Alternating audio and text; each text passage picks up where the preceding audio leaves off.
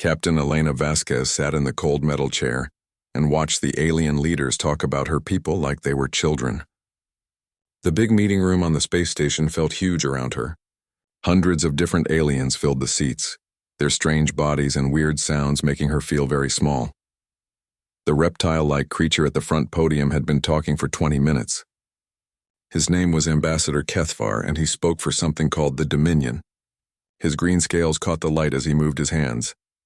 "The humans," Kethvar said, making the word sound dirty, "have asked to join our council as full members. But look at their ships.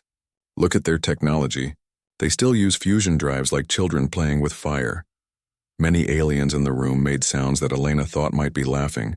She kept her face calm, but inside she felt angry. 300 years ago, humans had found a way to travel faster than light. It wasn't pretty or easy, but it worked. Human ships could jump between stars using big fusion reactors that burned hot and bright. But the other species in the galaxy had much better technology. The tall, thin Zephyrians flew ships that looked like giant flowers made of light. They used the power of stars themselves to move through space. The crystal people called Vorthak had ships that bent gravity around them like toys, and the oldest species, the ethereals, could fold space and step from one place to another without traveling the distance between. "Perhaps," Kethvar continued, "in another 1,000 years when the humans learn to build real ships, we can talk about this again." Elena felt her hands make fists, but she didn't move. She was here to watch and listen, not to fight. Earth's government had sent her to see how these aliens treated humanity. Now she knew. After the meeting ended, Elena walked through the station's hallways. The walls were smooth and white with lights that seemed to come from nowhere. Other species walked past her without looking. Some were tall and blue with too many arms. Others looked like walking plants with faces made of leaves. A few were just clouds of glowing gas in metal suits. None of them talked to her. Elena found a quiet spot near a big window that showed the stars outside. She pulled out her communication device and called home. After a few seconds, her boss appeared on the small screen. "Admiral Morrison," Elena said. "The meeting is over." Admiral Sarah Morrison had gray hair and tired eyes. She had been fighting for humanity's place in the galaxy for 10 years. "How bad was it?" "They said no, again. They think our fusion drives are toys." Morrison nodded slowly. "I expected that. What did you think of them?" Elena looked back toward the meeting room. "They're smart, but they think they know everything. They think their way is the only way." "Good," Morrison said, and she smiled a little. "That will help us." Elena felt confused. "Help us?" "Admiral, they just told us to come back in 1,000 years. Morrison's smile got bigger. "Elena, I'm going to tell you something that only 50 people in the whole galaxy know. Dr. Sarah Chen finished her project 3 months ago." Elena knew that name. Dr. Chen worked on Titan Station, one of the secret research bases near Saturn. But Elena didn't know what Project Morrison meant. What project?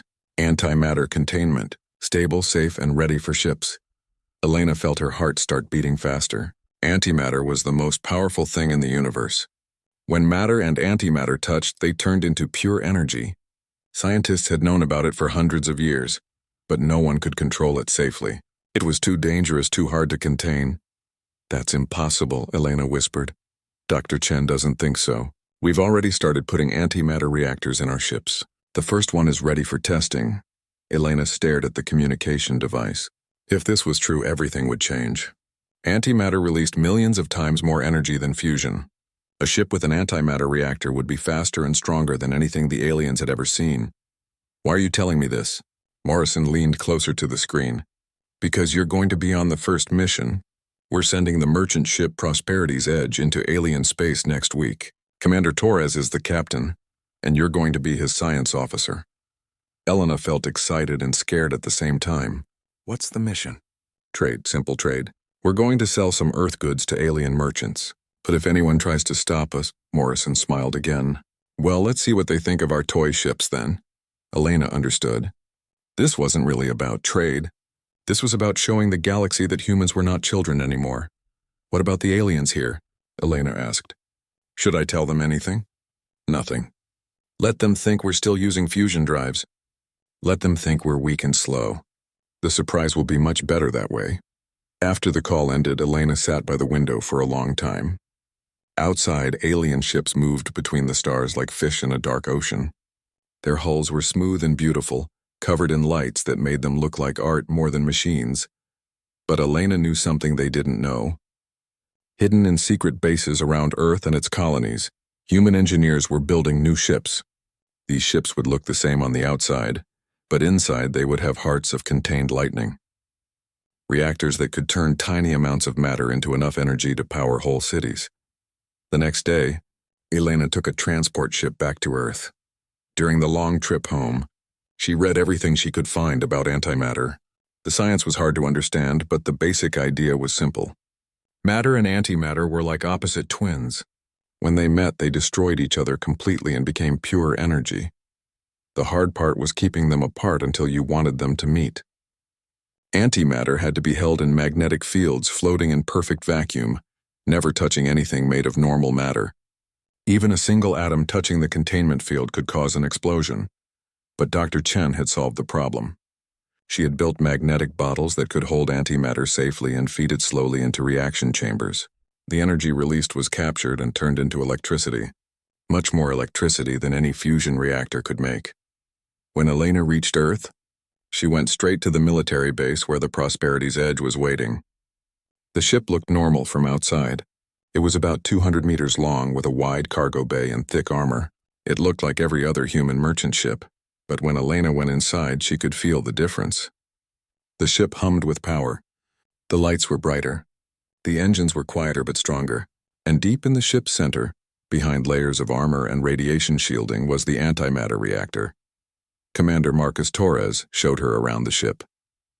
He was a tall man with dark skin and calm eyes.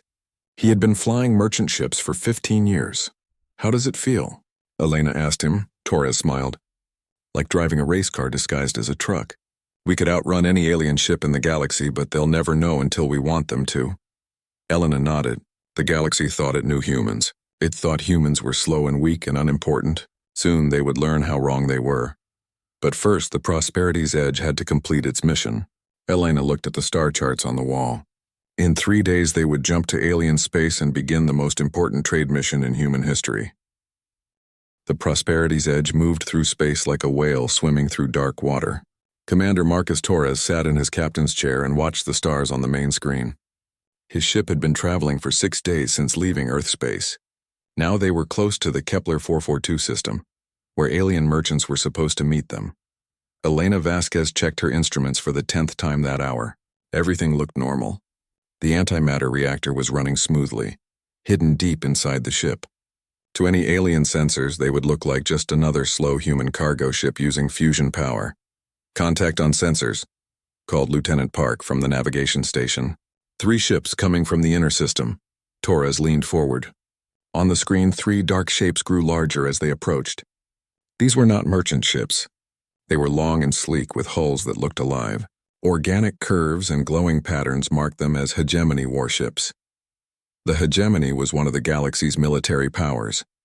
They controlled dozens of star systems and were known for taking what they wanted from weaker species. Their ships grew instead of being built, using advanced biotechnology that most other aliens feared. "They're scanning us," Elena reported. "Full active sensors." A face appeared on the communication screen. It looked like a cross between a shark and an eel, with black eyes and rows of sharp teeth. The creature spoke in a voice that sounded like grinding metal. "Human vessel, you are in hegemony space without permission. Stop your engines and prepare to be boarded. Your cargo will be examined and taxed." Torres kept his voice calm. "This is the merchant ship Prosperity's Edge. We have trade permits from the Galactic Commerce Board. We're here to meet with authorized buyers." The alien creature laughed, a sound like breaking glass. "Your permits mean nothing here, human. This system belongs to the hegemony now. Stop your ship or we will stop it for you." Elena checked her sensors again. The 3 hegemony ships were surrounding them. Each one was twice the size of the Prosperity's Edge and carried weapons that could punch through their armor easily. In a normal fight, the human ship would lose in seconds, but this was not a normal fight. Torres looked at Elena. She nodded and started bringing the antimatter drive online. Deep in the ship, magnetic fields shifted and antimatter began flowing into the reaction chamber at a rate much higher than normal. "Hegemony ships," Torres said into the communicator. "We are a peaceful trading vessel. We don't want any trouble. Then surrender, the alien replied. Last warning. The largest hegemony ship, a massive creature that looked like a spaceborne predator, moved closer. Weapons ports opened along its sides like mouths full of teeth. Energy began building in its biocannons. Torres waited until the alien ship was almost close enough to grab them with tractor beams.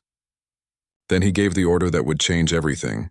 Elena, full power to engines. Get us out of here. Elena's fingers moved across her control panel. The antimatter reactor's safety limits were removed. Matter and antimatter met in amounts that would have terrified the ship's designers. The energy released was captured and fed directly to the drive systems. The Prosperity's edge didn't accelerate. It jumped forward like a bullet fired from a gun. 1 second, the human ship was trapped between 3 hegemony vessels.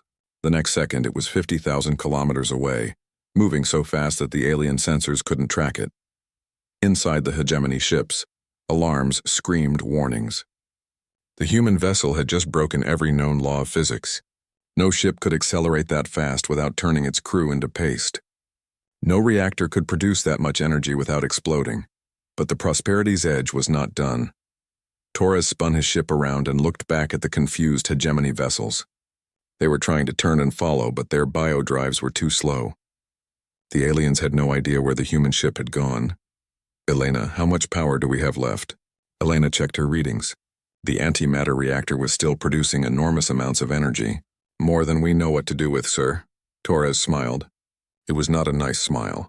Then let's show them what a real warship looks like. Charge the railguns. The Prosperity's edge had been built as a merchant ship, but all human vessels carried weapons for self-defense. Usually these weapons were small and weak compared to military ships, but when powered by an antimatter reactor, even small weapons became terrifying. The ship's railguns began drawing power from the reactor. Magnetic coils that were designed to fire small metal slugs suddenly had enough energy to accelerate projectiles to a significant fraction of light speed. Torres brought his ship around behind the largest hegemony vessel. The alien ship was still turning, trying to find the human vessel that had vanished from their sensors. Its crew probably thought the humans had run away. They were wrong. Firing, Torres announced. The railgun slug was only a piece of metal the size of a person's fist, but when it hit the hegemony ship, it was moving at 30% of light speed. The kinetic energy was enormous. The alien vessel's bioarmor, which could stop energy weapons and explosive missiles, meant nothing against pure kinetic force. The slug went through the hegemony ship like a bullet through paper. It entered at the stern and exited through the bow, leaving a perfectly round hole. The alien ship's biosystems tried to heal the damage, but there was too much of it. Internal explosions began as the ship's own power systems failed. The massive hegemony warship broke apart in 7 seconds. The other 2 alien ships stopped trying to turn toward the humans. Instead, they began transmitting emergency signals and running away as fast as their biodrives could carry them. Torres let them go. His mission was not to start a war. It was to show the galaxy that humans were not as weak as everyone thought. Elena set course for home. I think our trading mission is over. Elena nodded and began programming the navigation computer. But as she worked, she watched the retreating hegemony ships on her sensors. Those aliens would go back to their commanders and report what they had seen. They would tell stories about the human ship that moved like lightning and hit like thunder, and those stories would spread. Within hours, every hegemony base in the sector knew about the encounter. Within days, the news had reached other alien species. The humans, the weak and primitive humans, had destroyed a hegemony warship with a single shot from a merchant vessel. Some aliens didn't believe the reports. Others demanded to see sensor recordings. A few began asking questions about human technology that no one could answer. But in the secret research labs and military bases hidden throughout human space, scientists and engineers were already working on the next phase of their plan. The Prosperity's edge had been just the beginning. Soon, humanity would have an entire fleet of antimatter-powered ships. And then the real demonstration would begin. Torres looked out at the stars as his ship jumped toward home. Somewhere out there, alien leaders were probably holding emergency meetings and trying to understand what had just happened. They were used to being the strongest and smartest species in the galaxy. Soon they would learn that humans had different ideas about how the galaxy should work. The quiet species was quiet no more. Admiral Sarah Morrison walked into the most important meeting of her life. The room was huge and circular, with seats arranged in rings that rose toward a dome ceiling. Representatives from every major species in the galaxy sat in those seats, and they were all looking at her. 2 weeks had passed since the Prosperity's Edge destroyed the Hegemony warship. In those 2 weeks, the galaxy had gone a little crazy, trying to understand what happened. Alien scientists studied sensor data. Military leaders held emergency meetings. Trade networks buzzed with rumors and theories. Now the Galactic Security Council had called this special session to hear humanity's explanation. Morrison was here to give them one, though probably not the explanation they expected. High Counselor Vaex of the Ethereal Collective floated at the center of the room. The Ethereals were the oldest known species, beings of pure energy who had been traveling between stars since before most other species had learned to make fire. When Vaex spoke, his voice seemed to come from everywhere at once. Admiral Morrison, the Council has reviewed the sensor data from the Kepler 442 incident. Our scientists tell us that what your ship did should be impossible. Please explain how a human merchant vessel was able to destroy a hegemony dreadnought. Morrison stood at the speaker's podium and looked around the room. She saw Zephyrians with their tall, thin bodies and large eyes, crystal-faced Vorthak that reflected light in rainbow patterns, reptilian Dominion representatives with their scales and cold stares, and dozens of other species all waiting for her answer. Honored Council members, Morrison began, I am here to inform you that humanity has developed antimatter propulsion and power systems. The room went completely silent. Morrison could hear the air circulation systems humming in the walls. Some of the alien representatives leaned forward in their seats. Others began talking quietly to their neighbors. Ambassador Kethvar of the Dominion stood up. His green scales seemed to darken as he spoke. Admiral, are you claiming that humans have weaponized antimatter? That is impossible. No species has ever achieved stable antimatter containment on a useful scale. Morrison touched a control on the podium. A holographic display appeared above her head, showing technical diagrams and energy readings. I am not claiming it, Ambassador. I am proving it. The hologram showed the inside of an antimatter reactor. Magnetic fields contained tiny amounts of antimatter in perfect vacuum chambers. Control systems fed the antimatter into reaction chambers where it met normal matter and released enormous amounts of energy. Dr. Chen's breakthrough had been elegant in its simplicity. Instead of trying to contain large amounts of antimatter, she had built systems that could produce small amounts on demand and use them immediately. The antimatter was never stored for long periods, which made the whole system much safer. A Zephyrian delegate named Silthera spoke in her musical voice. The energy calculations are correct, but the engineering is beyond anything we have seen. How long have humans been working on this technology? Morrison smiled. Dr. Sarah Chen achieved the first stable containment 4 months ago. We have been retrofitting our fleet ever since. The room erupted in noise. Aliens began talking loudly in dozens of different languages. Some sounded angry. Others sounded frightened. A few sounded impressed. High Counselor Vaex raised one glowing appendage and the room became quiet again. Admiral Morrison, you said you have been retrofitting your fleet. How many ships now carry this technology? All of them, Morrison replied calmly. The silence that followed was deeper than space itself. Morrison could see alien faces changing color, crystals dimming, energy forms flickering. The implications of her statement were sinking in. Every human ship in space now carried the power of a small star. Cargo vessels could outfight alien dreadnoughts. Human exploration ships could travel faster than the best alien military vessels. And if humanity's actual warships were similarly upgraded, Ambassador Kethavar's voice was much quieter when he spoke again. Admiral, the Dominion must ask for proof of these claims. The destruction of one hegemony ship could have been a lucky shot. Morrison had expected this. She touched another control on the podium. Very well. In 72 hours, the UES Prometheus will conduct a demonstration in the abandoned Xerion system. Any council member who wishes to observe is welcome to send ships. She paused and looked directly at Kethvar. I recommend you maintain a safe distance of at least 1 astronomical unit. We will not be responsible for damage to vessels that come closer.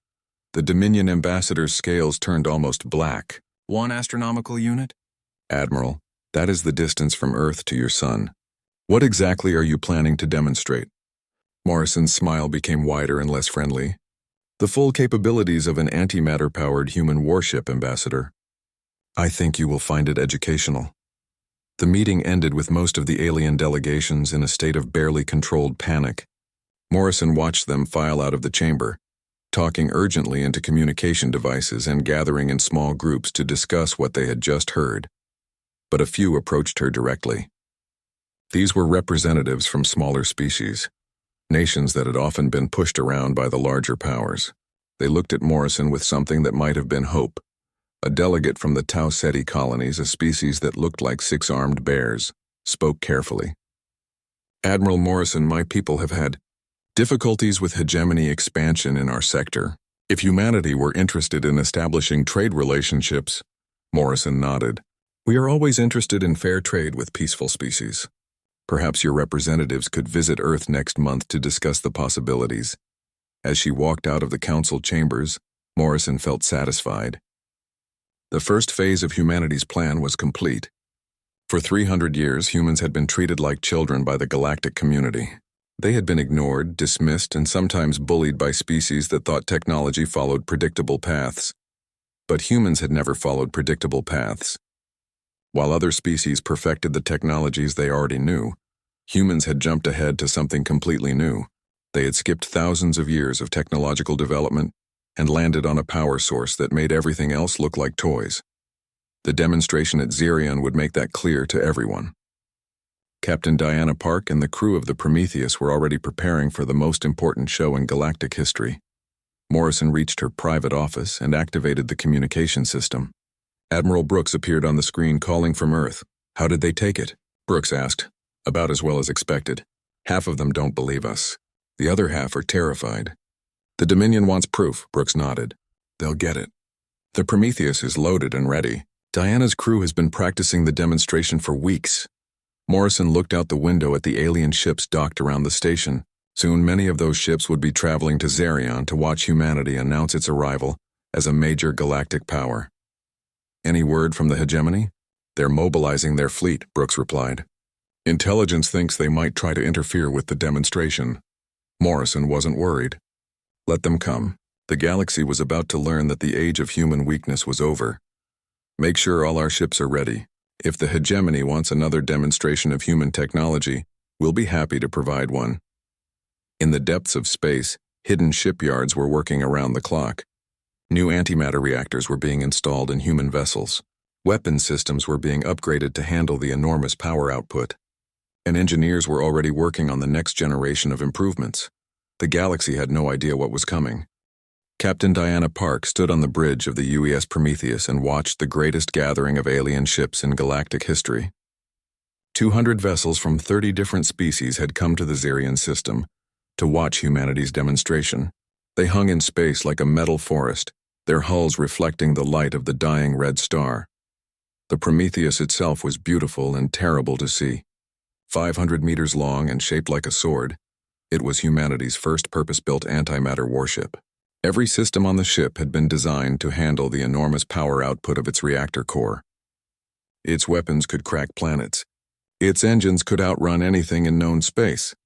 "Captain," called Lieutenant Commander Singh from the sensor station, "all observer vessels are maintaining safe distance.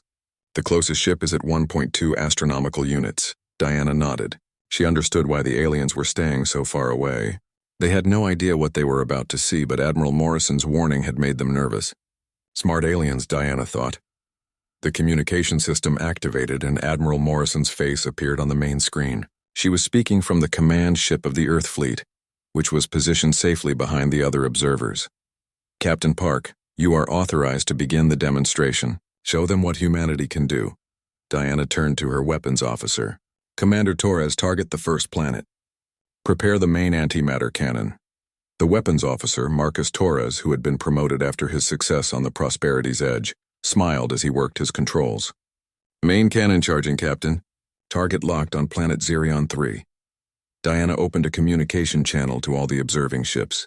Her voice was calm and professional, like she was announcing a routine training exercise instead of something that would change galactic history. "Attention all observer vessels. This is Captain Park of the UES Prometheus. Please maintain minimum safe distance of 1 astronomical unit. We will not be responsible for damage to vessels that venture closer. Beginning demonstration now." The first target was Xerion 3. a dead rock world twice the size of Mars. It had no atmosphere and no life, just empty stone orbiting the old red star. It was perfect for what Diana had in mind. Fire, Diana ordered. The main antimatter cannon was not like other weapons. It didn't shoot energy beams or explosive missiles. Instead, it fired a stream of contained antimatter held in a magnetic bottle. When the bottle hit the target and broke open, the antimatter would meet normal matter and convert completely to energy. The stream of antimatter left the Prometheus at a significant fraction of light speed. It crossed the space between the ship and planet in seconds. When it hit Xerion 3, the magnetic containment failed and antimatter met the rock and metal of the planet's surface. What happened next broke every alien understanding of how weapons worked. The planet didn't explode. It didn't crack apart or melt or turn to dust. It simply ceased to exist. In the space of a single heartbeat, all the matter that had made up Xerion 3 was converted to pure energy. The flash of light was so bright that it outshone the system's red star for several seconds. When the light faded, there was nothing left where the planet had been. Not debris, not an asteroid field, not even cosmic dust. Just empty space and a spreading wave of energy that would take years to dissipate. On the observing ships, alien crews stared at their instruments in disbelief. Sensors that had been tracking a planet now showed nothing. The massive gravity well that had existed moments before was gone. Physics itself seemed to have hiccuped. Diana gave the aliens 30 seconds to process what they had seen. Then she opened the communication channel again. Beginning second demonstration. Target planet Xerion 5. This time Diana wanted to show precision rather than raw power. The second planet was larger than the first, about the size of Earth, and she had no intention of destroying it completely. Instead, she was going to demonstrate the ship's antimatter mining systems. Commander Torres switched to mining beam configuration. Show them how we gather resources. The Prometheus's mining beam was designed for asteroid processing and fuel gathering. It could break down matter at the molecular level and convert useful materials directly into antimatter for storage. When used on asteroids and small moons, it could strip mine entire worlds in hours. Diana had never used it on a full-size planet before. She was curious to see how well it would work. The mining beam was different from the main cannon. Instead of destroying matter completely, it selectively broke down specific elements and converted them into usable forms. As the beam played across the surface of Xerion 5, the planet began to shrink visibly. Layer by layer, the mining beam stripped away the planet's crust and converted it into pure energy. Some of that energy was beamed back to the Prometheus and stored as antimatter. The rest was released as controlled radiation that made the dying planet glow like a small star. Status report, Diana called out. Mining efficiency at 97%, Torres replied. We've already collected enough antimatter to power the fleet for 6 months of continuous combat operations.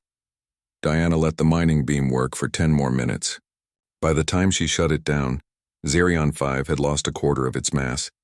What remained was a smaller glowing core that would eventually cool and become a new asteroid. But Diana wasn't finished yet. The third demonstration would show the aliens that humanity could be precise as well as powerful. Target the third planet, she ordered. Prepare focused antimatter streams. Xerion 7 was the largest planet in the system, a gas giant with colorful bands of atmosphere. Diana wasn't going to destroy it or mine it. Instead, she was going to write on it. The focused antimatter streams were like tiny versions of the main cannon. They could be controlled with extreme precision, creating narrow beams that could carve patterns into solid matter. Diana had practiced this demonstration many times in simulations. Begin carving sequence, she ordered. The antimatter streams lanced out from the Prometheus and began to work on the planet's upper atmosphere. Each beam was only a few meters wide, but they burned with the heat of small suns. As they moved across the planet's surface, they carved deep lines into the gas and left glowing trails behind them. Diana was carving the symbol of Earth, a stylized planet surrounded by stars, into the face of Xerion 7. Each line was 10 kilometers wide and glowed with residual energy from the antimatter reaction. The entire symbol was large enough to be seen from space, a message written in fire across an alien world. When the carving was complete, Diana opened the communication channel one final time. Demonstration complete.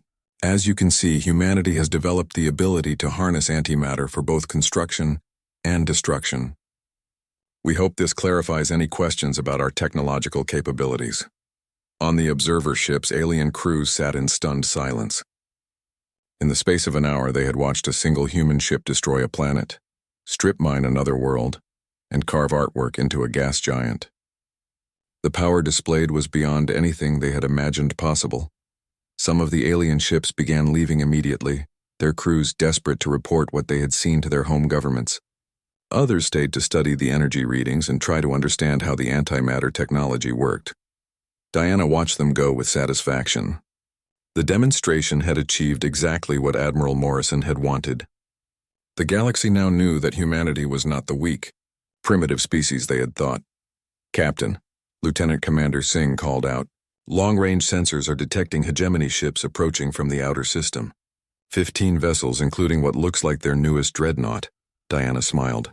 She had been hoping the hegemony would show up. They had a reputation for being the toughest military force in the galaxy, and they probably wanted revenge for the destruction of their ship in the Kepler 442 system. "How long until they arrive?" 2 hours, Captain." Diana looked at her crew. They were all humans, and they all understood what this moment meant. For centuries, humanity had been pushed around by alien species that thought they were superior. Now it was time to show them how wrong they had been. "All hands prepare for combat operations. Let's give the hegemony a demonstration they'll never forget." The Prometheus turned toward the approaching enemy fleet. Its antimatter reactor hummed with power, ready to fuel weapons that could reshape the galaxy itself. The real test was about to begin. 6 months after the demonstration at Xerion, Ambassador Sarah Chen walked through the halls of the Galactic Council building with the confidence of someone who represented the most powerful species in known space. The same corridors where Elena Vasquez had once been ignored now seemed to part before Chen like water. Chen was no longer just a scientist. After her breakthrough with antimatter containment, Earth's government had made her humanity's chief diplomatic representative. She carried the title of ambassador, but everyone knew she really spoke for a species that had fundamentally changed the balance of galactic power. The council chambers had been rearranged since Chen's last visit. Where once the human representative had sat in the back with other minor species, there was now a prominent seat at the main table. Humanity had been granted permanent membership in the Galactic Security Council, with full veto power over any major decisions. High Counselor Vaex of the Ethereal Collective floated at his usual position, but even his ancient dignity seemed diminished. The Ethereals had ruled galactic politics for thousands of years through wisdom and technological superiority. Now they shared power with a species they had dismissed as primitive just months earlier. "Ambassador Chen," Vaex said as she took her seat, "the Council welcomes humanity's input on today's agenda. We are discussing the territorial dispute between the hegemony and the Tau Ceti colonies." Chen smiled politely. The territorial dispute had been going on for 50 years. The hegemony claimed ownership of 3 star systems that the Tau Ceti colonies had been peacefully developing. Before humanity's arrival, the Council had been unable to resolve the conflict because the hegemony was too militarily powerful to confront directly. "The human position is simple," Chen said. "The Tau Ceti colonies have legitimate claims to those systems based on their development efforts and peaceful settlement. The hegemony's military occupation is unacceptable." Ambassador Kethvar of the Dominion leaned forward in his chair. His scales had lost some of their color since the Xerion demonstration, and he seemed much more careful with his words when speaking to humans. "Ambassador Chen, while humanity's position is noted, the hegemony has substantial military forces in those systems. Removing them would require significant effort." Chen's smile became sharper. "Actually, Ambassador Kethvar, the situation has already been resolved. 3 days ago, the hegemony fleet in those systems encountered a human patrol. The hegemony forces have withdrawn." The chamber fell silent. Chen enjoyed the moment before explaining what had really happened. The patrol had consisted of 3 human ships, 2 frigates, and 1 destroyer. When they arrived at the disputed systems, they found a hegemony occupation force of 27 vessels, including several of their newest bio-dreadnoughts. The hegemony commander had demanded that the humans leave immediately. When the human ships refused, the hegemony fleet had attacked with everything they had. The battle had lasted exactly 47 minutes, Human antimatter weapons had carved through hegemony bioarmor like it was paper. Ships that had dominated battlefields for centuries were reduced to expanding clouds of organic debris. The few hegemony vessels that survived did so only because the human commander had allowed them to retreat with news of the defeat. Chen didn't provide all these details to the council. She simply said, "The hegemony military leadership has agreed that their previous claims to those systems were overstated." The alien representatives exchanged glances. Everyone in the chamber understood what Chen's polite words really meant. Humanity had just ended a 50-year territorial dispute in less than an hour, using a force so small that most species would have considered it a scouting patrol. High Counselor Vaex's energy form flickered with what might have been nervousness. "Ambassador Chen, the Council appreciates humanity's intervention in this matter. However, we must discuss the broader implications of these new technologies. Many species are concerned about the rapid changes in galactic power structures." Chen nodded thoughtfully. She had expected this conversation. The older species were having trouble adjusting to a universe where their ancient advantages meant nothing. "Honored Counselor, humanity understands these concerns. We have no desire to dominate the galaxy through force. We simply want to ensure that all species are treated fairly and that peaceful development is protected from military aggression." What Chen didn't mention was that humanity's definition of fair treatment was quite different from what the galaxy had known before. Trade routes were already shifting to accommodate human preferences. Species that had been friendly to humanity found themselves with preferred trading status and protection from larger neighbors. Those that had been dismissive or hostile discovered that their military threats no longer carried weight. The meeting continued for several hours, covering various diplomatic issues. Through it all, Chen noticed how carefully the other species spoke around humanity's interests. They were learning to navigate a new reality where humans had become the final arbiters of galactic disputes. After the session ended, Chen made her way to the observation deck where Admiral Morrison was waiting. Morrison now held the title of Fleet Admiral of Terra and Admiral of the combined human fleets. She commanded more firepower than the rest of the galaxy combined. "How did it go?" Morrison asked. "Exactly as expected. They're all very polite now, very careful not to offend us." Chen looked out the large windows at the space around the council station. "The universe looks different from up here." Morrison followed her gaze. In the distance, construction ships were working on something that would have been impossible just a year earlier, the first transgalactic highway station. The project would eventually connect all major star systems with a network of antimatter-powered travel hubs, reducing journey times from centuries to days. "The engineering teams estimate the main network will be complete in 5 years," Morrison said. "After that, any human ship will be able to travel from Earth to the galactic rim in less than a week." Chen smiled. The implications were staggering. With that kind of mobility, humanity could project power anywhere in the galaxy instantly. No conflict would be beyond their reach to resolve. No species would be too distant to protect or punish. Any resistance to the project? Morrison shrugged. "Some of the older species are complaining about the disruption to traditional trade routes. But they're not refusing permission. They know better than that now." A communication alert interrupted their conversation. Morrison activated her personal communicator, and Admiral Brooks appeared on the small screen. "Sarah, we've received a formal request from the Vorthak Collective. They want to establish a formal alliance with humanity, full military and economic cooperation." Morrison looked surprised. The Vorthak were one of the galaxy's major powers, known for their crystal-based technology and fierce independence. They had never allied with anyone before. What changed their minds? Brooks smiled grimly. "Intelligence reports suggest the Dominion was planning to absorb several Vorthak colonies. The Crystal people decided they'd rather have humanity as a friend than face Dominion expansion alone."